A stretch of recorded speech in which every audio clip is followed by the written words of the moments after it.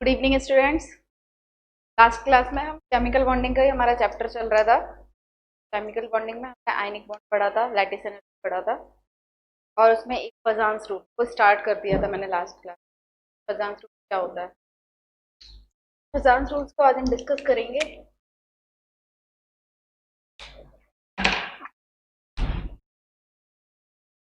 Fajans rule में क्या बताया था लास्ट क्लास में कि जो हमारे आयनिक कंपाउंड्स होते हैं, जो आयनिक कंपाउंड्स होते हैं उनमें फोर्स ऑफ अट्रैक्शन से जुड़े होते हैं।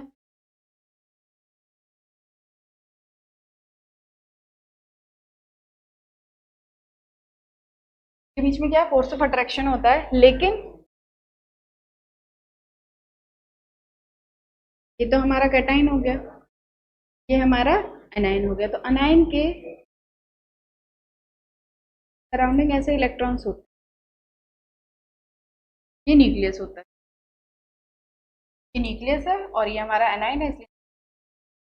तो पॉजिटिव चार्ज जो होता है ये नेगेटिव चार्ज को अट्रैक्ट करता है, नेगेटिव चार्ज को अट्रैक्ट करेगा। यहाँ पे पॉजिटिव चार्ज है तो क्या होगा, ये जो इलेक्ट्रॉन है ये थोड़ा सा इस साइड पुल हो जाएंगे। इनका जो ये स्ट्रक्चर है, जो हमारा एनाइन का स्ट्रक्चर है वो कुछ इस तरीके का हो जाता है।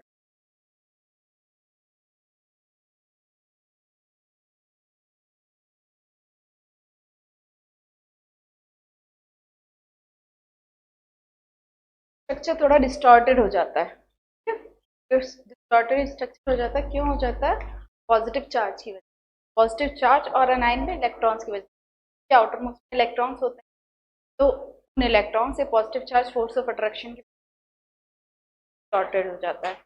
हमने पढ़ा कोवलेंट बॉन्डिंग जो होती है उसमें इलेक्ट्रॉन्स की शेयरिंग होती है, तो इसमें भी इलेक्ट्रॉन्स इस साइड जा रहे हैं, कंप्लीटली शेयरिंग नहीं हो रही है बट मूवमेंट हो रहा है इलेक्ट्रॉन्स का। ठीक है, तो इसमें क्या है, पार्शियली इसमें कोवलेंट कैरेक्टर आ जाता है। जो आयनिक बॉन्ड्स होते हैं इसमें पार्शियली कोवलेंट कैरेक्टर आ जाता है। तो इस कोवलेंट कैरेक्टर को स्टडी करने के लिए फजांस ने फजांस रूल्स दिया। क्या दिया? आयनिक कंपाउंड्स में कोवलेंट कैरेक्टर की स्टडी करने के लिए, क्योंकि 100% तो कोवलेंट नहीं हो सकता है। तो आयनिक जो हमारे कंपाउंड्स है उसमें कुछ परसेंट कोवलेंसी, जिस तरीके से पॉजिटिव चार्ज होता है, जिस तरीके से नेगेटिव इलेक्ट्रॉन्स का मूवमेंट होता है, डिस्टॉर्शन होता है, उस तरीके से कोवलेंट करेक्टर इसमें परसेंटेज के हिसाब से होता है कि इतने परसेंट कोवलेंट करेक्टर है इसमें, इतने परसेंट आयनिक करेक्टर है। क्योंकि 50% 60% कंप्लीटली नहीं होता है, कुछ अमाउंट में कोवलेंट करेक्टर आ जाता है। तो हम उसकी स्टडी करते हैं कि किसमें ज़्यादा होता है, किसमें कम होता है। ये हमारे क्वेश्चंस जो होते हैं फजांस रूल से रिलेटेड क्वेश्चंस हमारे एनसीईआरटी में हो तो हैं, इसमें भी हैं, लेकिन हमारे नीट और आईआईटी में भी पूछे जाते हैं। इसमें जब हम पढ़ेंगे जो ये इलेक्ट्रॉन्स का मूवमेंट होता है तो इसके इस बिहेवियर को क्या बोलते हैं, अनायन के बिहेवियर को पोलराइजेशन। क्या हो रहा है, क्योंकि ये एक्टिविटी ये कर रहा है, इसके इलेक्ट्रॉन मूव कर रहे हैं, तो इसको क्या बोलते हैं, पोलराइजेशन। और पॉजिटिव चार्ज की वजह से ये सब हो रहा है तो इसको क्या बोलेंगे, कैटाइन का क्या बोलेंगे, पोलराइजिंग पावर।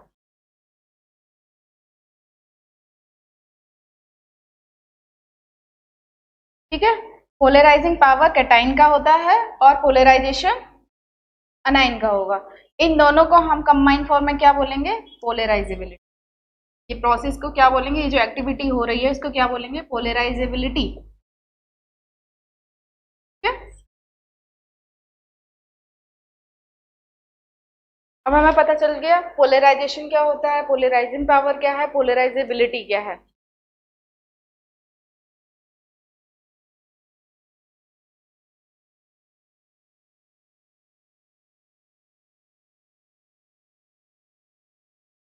पोलराइजेशन क्या होता है, पोलराइजेबिलिटी क्या होता है और पोलराइजिंग पावर क्या होता है।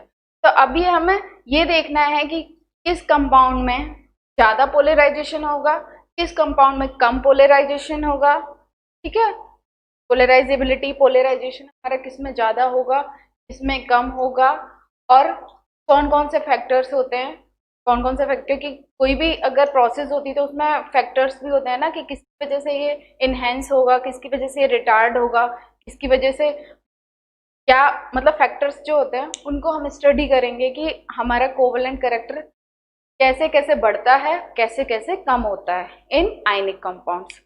फैक्टर्स देख लेते हैं। पहले हम बात करते हैं साइज की। साइज क्या, आयनिक कंपाउंड में दो तरीके के आयन्स होते हैं, एक होता है कटाइन, एक होता है आयन। देखेंगे size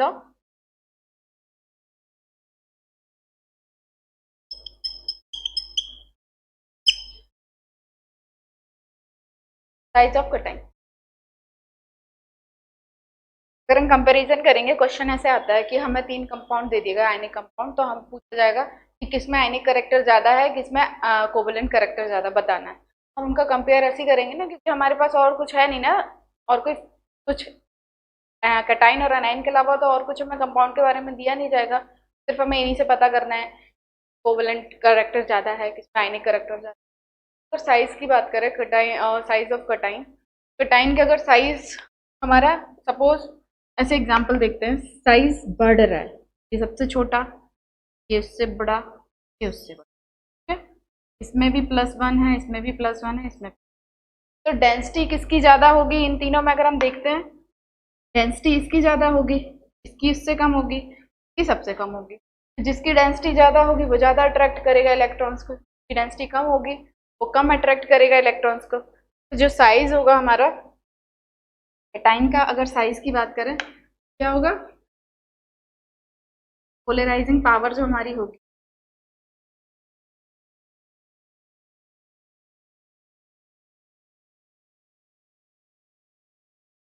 inversely proportional to size of, क्योंकि डेंसिटी हमारी इसकी ज्यादा होगी, उसके बाद इसकी होगी, सबसे कम हमारी इसकी, ज्यादा डेंसिटी, इसकी डेंसिटी ज्यादा होगी, वो ज्यादा अट्रैक्ट करेगा अनाइन इलेक्ट्रॉन्स, ठीक है। अब हम बात करते हैं, पोलराइजिंग पावर ज्यादा होगी तो कोवलेंट करेक्टर क्या है?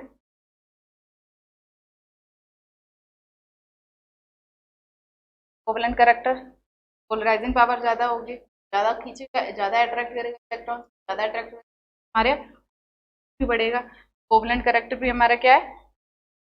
इंक्रीज होगा। बोल सकते हैं इसको सीसी लिख सकते हैं,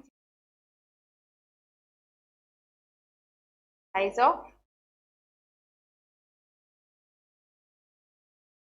अब बात करते हैं साइज ऑफ अनाइन। इलेक्ट्रॉन से इसके आउटमोस्ट, अब लूजली बॉन्डेड कौन से होंगे? यहाँ न्यूक्लियस होता है, क्या होता है? ये न्यूक्लियस होता है, न्यूक्लियस से इसका न्यूक्लियर फोर्स होता है, ठीक है। तो सबसे ज्यादा इजीली कौन से इलेक्ट्रॉन मूव कर पाएंगे? इलेक्ट्रॉन्स ये मूव कर पाएंगे क्योंकि यहाँ पे क्या डिस्टेंस ज्यादा है, जो फोर्स ऑफ अट्रैक्शन होगा इसका न्यूक्लियस के साथ वो कम होगा, यहाँ पे ज्यादा होगा, यहाँ पे बहुत ज्यादा होगा। तो इजिली ये इलेक्ट्रॉन मूव कर पाएंगे। जब ये इलेक्ट्रॉन जितना बड़ा साइज होगा, फोर्स कम होगा, तो क्या होगा? जितना ज्यादा मूव कर पाएंगे उतना ज्यादा कोवलेंट करेक्टर बढ़ जाएगा, कोवलेंट करेक्टर बढ़ जाएगा, पोलराइजेबिलिटी बढ़ जाएगी, ठीक है ना। तो अगर हम साइज की बात करें तो एनायन के साइज, पोलराइजेशन,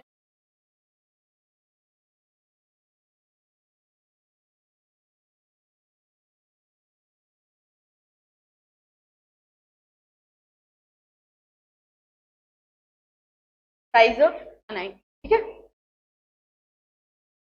एनायन का साइज बढ़ेगा तो पोलराइजेबिलिटी बढ़ेगी, तो क्या होगा? कोवलेंट करेक्टर, कोवलेंसी तो तभी आती, कोवलेंट करेक्टर तो तभी आता है ना जब इलेक्ट्रॉन्स का मूवमेंट होता है, तो कोवलेंट करेक्टर भी क्या हो जाएगा?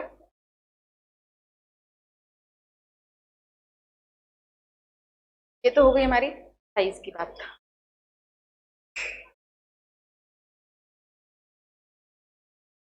तो देखते हैं चार्ज। साइज क्या है? अगर कैटाइन का होगा, कैटाइन का साइज छोटा होना चाहिए और एनायन का बड़ा होना चाहिए। कोवलेंट करेक्टर के लिए फेवरेबल कंडीशन क्या होनी चाहिए? कैटाइन का साइज हमारा छोटा होना चाहिए, एनायन बड़ा होना चाहिए, ठीक है? अब हम बात करते हैं चार्ज। चार्ज की अगर बात करेंगे, फिर से चार्ज ऑन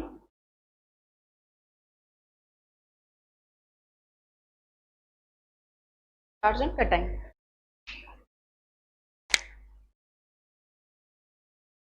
तीन हमारे पास कोई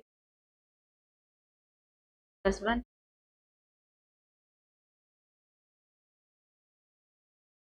क्या है, साइज अप्रॉक्स सेम, चार्ज हमारा, डेंसिटी यहाँ पे ज़्यादा होगी, ज़्यादा पॉजिटिव, ज़्यादा अट्रैक्ट करेगा। तो अगर हम चार्ज की बात करें तो जैसे जैसे चार्ज बढ़ रहा है हमारा कोवलेंट करैक्टर बढ़ रहा है।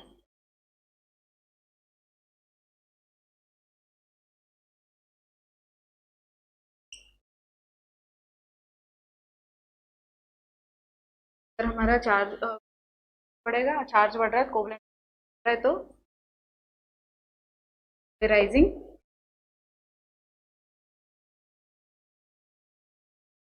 पावर भी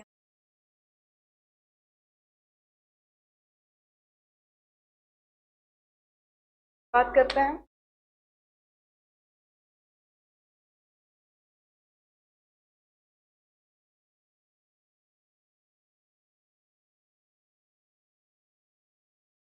चार्ज ऑन देखते हैं।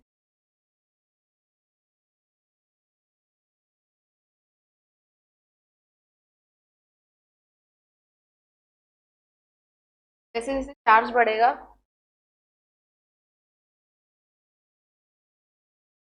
ऑफ इलेक्ट्रॉन्स बढ़ेंगे, नंबर ऑफ इलेक्ट्रॉन्स बढ़ेंगे, तो ये जो मूवमेंट के लिए नंबर ऑफ इलेक्ट्रॉन्स का अमाउंट बढ़ जाएगा। यहाँ पे एक है, यहाँ पे तीन है। जैसे जैसे नेगेटिव चार्ज बढ़ेगा वैसे वैसे नंबर ऑफ इलेक्ट्रॉन्स बढ़ेंगे, नंबर ऑफ इलेक्ट्रॉन्स बढ़ेंगे, तो हमारा पोलराइजिंग पावर, जो पोलराइजेबिलिटी है, कोवलेंट करैक्टर में हेल्प करेंगे। जितने ज़्यादा इलेक्ट्रॉन होंगे उतने ज़्यादा मूव करेंगे, तो इसका भी क्या हो जाएगा,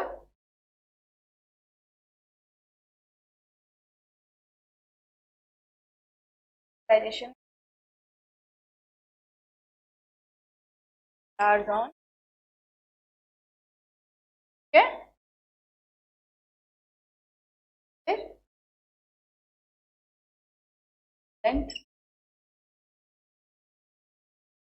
करेक्टर चार्ज ऑन नहीं, क्या पता चला चार्ज का अगर हम देखते हैं तो कैटाइन और एनाइन पे अगर चार्ज हमारा बढ़ेगा, कैटाइन और एनाइन पे हमारा चार्ज बढ़ेगा, हमारा पोलराइजेशन, पोलराइजेबिलिटी हमारी बढ़ेगी, कोवलेंट करैक्टर हमारा बढ़ेगा। अगर साइज की बात करते हैं तो साइज, कैटाइन का साइज छोटा होना चाहिए, एनाइन का साइज बड़ा होना चाहिए। थर्ड फैक्टर इंपॉर्टेंट है, तो हमने अभी तक पढ़ा है नोबल गैस का।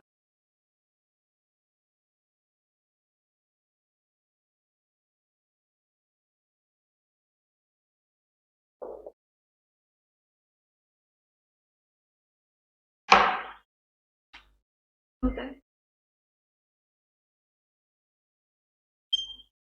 अब हम पढ़ेंगे pseudo noble gas configuration.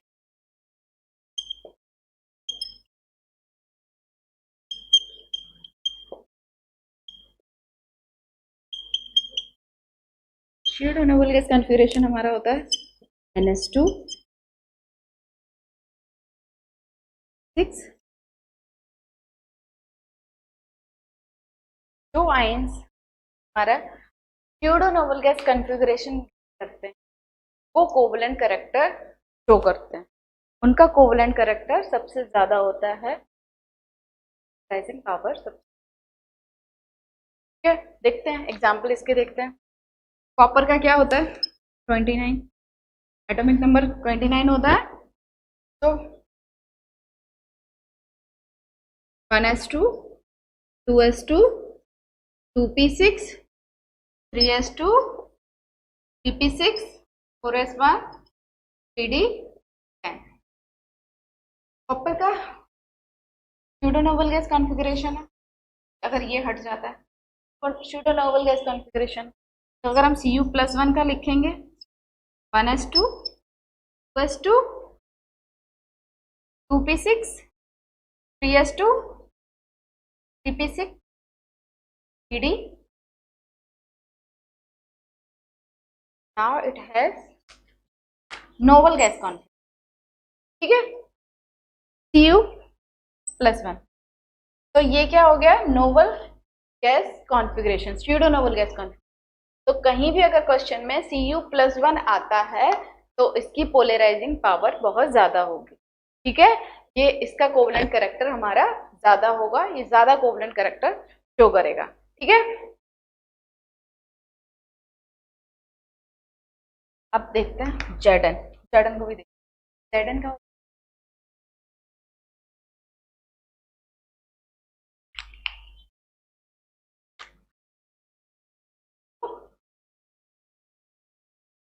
Test to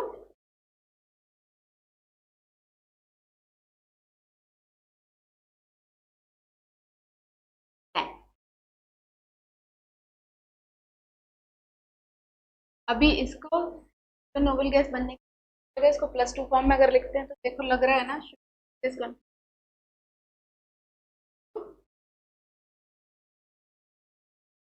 C6 S2 C6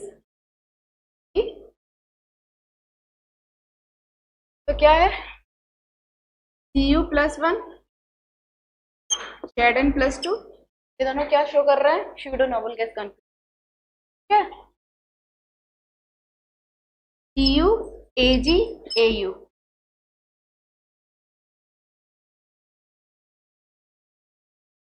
ये हमारे जो तीनों हैं Cu Ag Au, ये हमारे क्या है, ये तीनों हमारा शो कर रहे हैं कोवलेंट कैरेक्टर। ये pseudo noble gas configuration, pseudo noble gas configuration ये गेन कर लिया।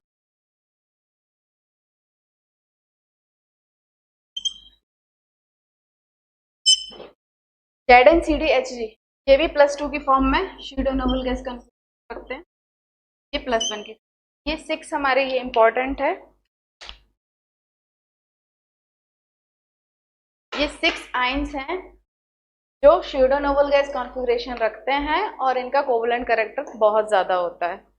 ये याद कर लेना, इंपॉर्टेंट है, क्वेश्चन हो जाता है Cu+ फॉर्म में, Ag+1 फॉर्म में होगा या Cd+2 फॉर्म में होगा, हो जाएगा किसका कोवलेंट कैरेक्टर ज्यादा है, बता सकते हैं। नोबल गैस कॉन्फिगरेशन गेन करते हैं, इसका कोवलेंट कैरेक्टर ज्यादा होगा। हमने पढ़ा फजान थ्रू साइज निकल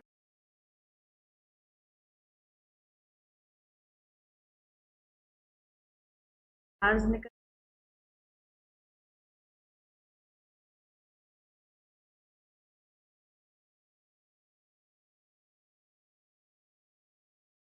साइज क्या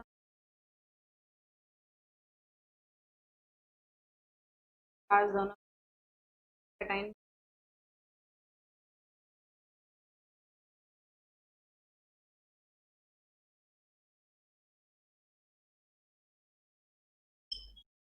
कॉन्फिगरेशन। ये हमारे पॉइंट्स निकल गए हैं, अब हम क्वेश्चन सॉल्व करते हैं।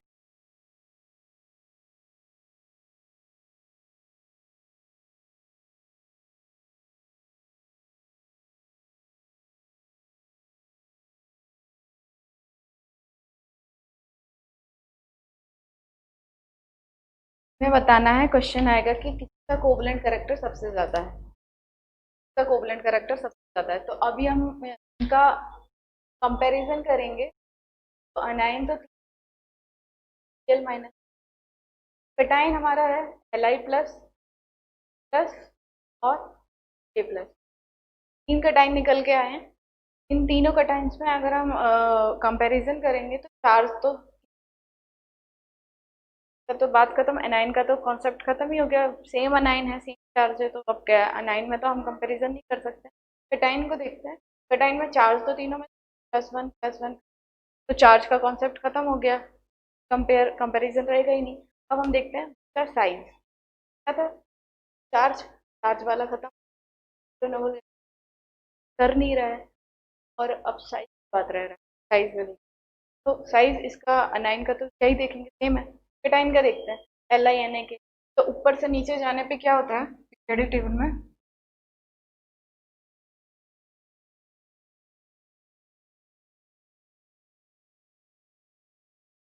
ग्रुप में ऊपर से नीचे जाते हैं, क्या होता है,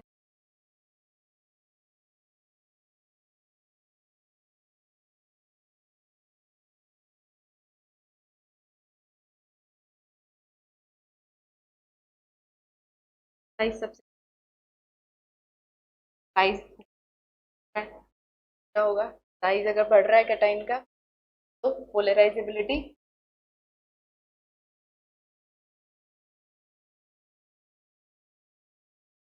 करैक्टर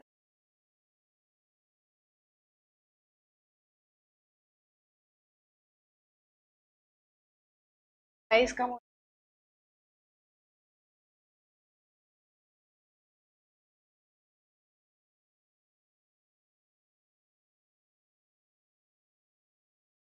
अब हम देखते हैं आयनिक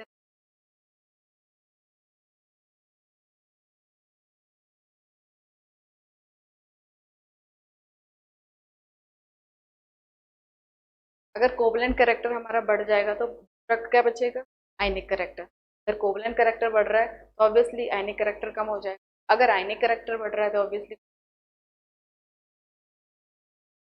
कोवलेंट कैरेक्टर कम हो रहा है। दूसरा एग्जाम्पल हम लेते हैं।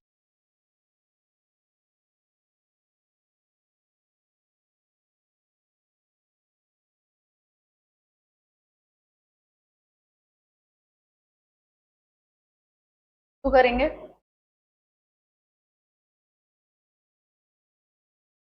फिर भी हमारा तो सेम है।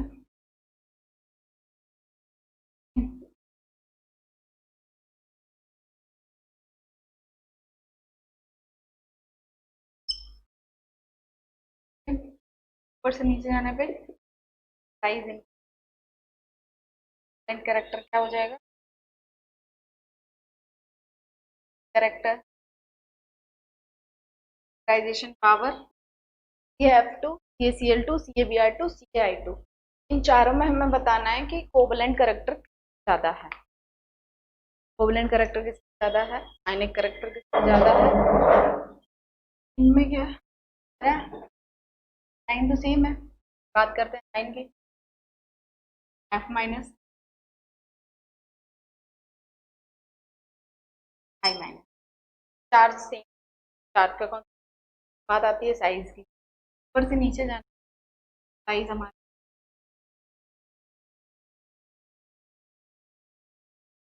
साइज क्या साइज इंक्रीज करेगा ये हमारे क्या नाइन के केस में साइज हमारा साइज बढ़ेगा।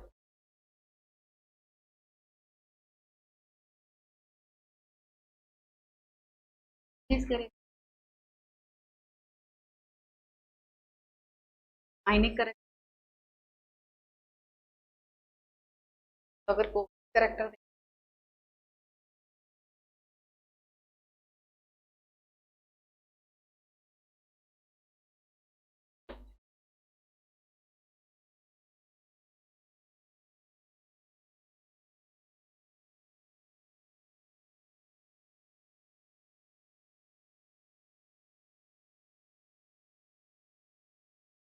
करेक्टर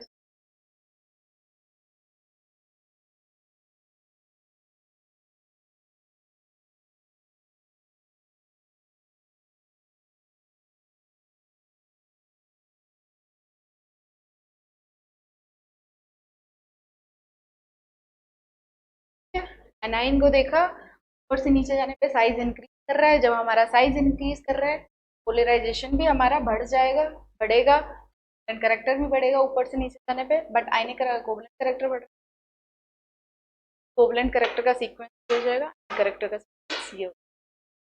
जैसे एक और एग्जांपल देख लेते हैं।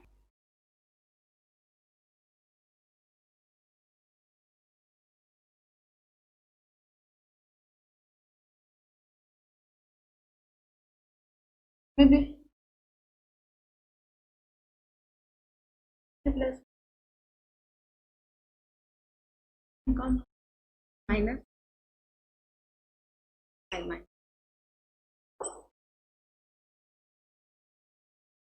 चार्ज तीनों पे सेम है। तो अब बात आती है साइज की तो किसका साइज ज्यादा होगा साइज साइज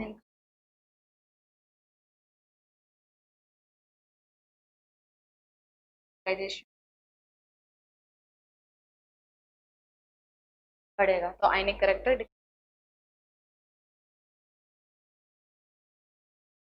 क्या हो जाएगा ऊपर से नीचे। अब क्वेश्चन तो इस तरीके से सॉल्व हो जाएंगे। इससे रिलेटेड और क्या पूछा, कोवलेंट कैरेक्टर हमने पढ़ा था। आयनिक बॉन्ड जो होते हैं उसका मेल्टिंग और बॉइलिंग पॉइंट बहुत क्यों ज़्यादा होता है, स्ट्रॉन्ग फोर्स ऑफ अट्रैक्शन होता है, तो ज़्यादा एनर्जी की ज़रूरत होती है। ज़्यादा एनर्जी की ज़रूरत होती है तो मेल्टिंग और बॉइलिंग में टेम्परेचर ज़्यादा देना पड़ता है, बॉइलिंग पॉइंट ज़्यादा आता है। ठीक है, मेल्टिंग और बॉइलिंग पॉइंट ज़्यादा आता है। तो हमें क्वेश्चन ऐसा भी दिया जा सकता है कि किसका मेल्टिंग और बॉइलिंग पॉइंट ज़्यादा होगा, किसका मेल्टिंग और बॉइलिंग पॉइंट कम होगा। इससे क्या पता चलता है, आयनिक बॉन्ड्स जो होते हैं में आयनिक करेक्टर ज़्यादा होगा, उनका मेल्टिंग और बॉइलिंग पॉइंट ज़्यादा होगा। जिसमें आयनिक करेक्टर ज़्यादा होगा, सॉरी जिसमें कोवलेंट करेक्टर ज़्यादा होगा, उसका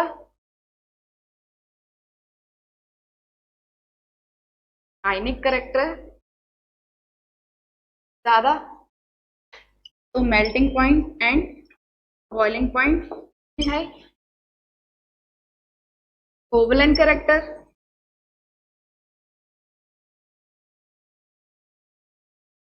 ज़्यादा, कोवलेंट करेक्टर, कोवलेंट बॉन्ड तो हमारा वीक होता है आयनिक के कंपेयर अगर करते हैं तो कोवलेंट वीक होता है, आयनिक स्ट्रांग होता है, तो इसका मेल्टिंग और बॉइलिंग पॉइंट क्या होगा,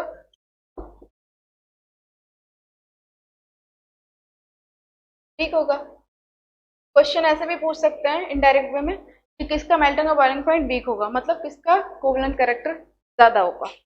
बात करते हैं सॉल्युबिलिटी की, तो हमारा ये जो आयनिक बॉन्ड्स होते हैं, आयनिक कंपाउंड्स होते हैं, ये वाटर में सॉल्युबल होते हैं। कोवलेंट कंपाउंड्स हमारे वाटर में इजीली सॉल्युबल नहीं होते हैं।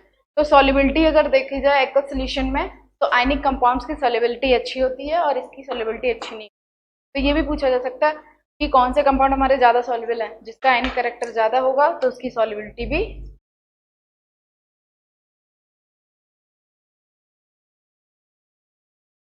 ठीक है, सॉल्युबिलिटी।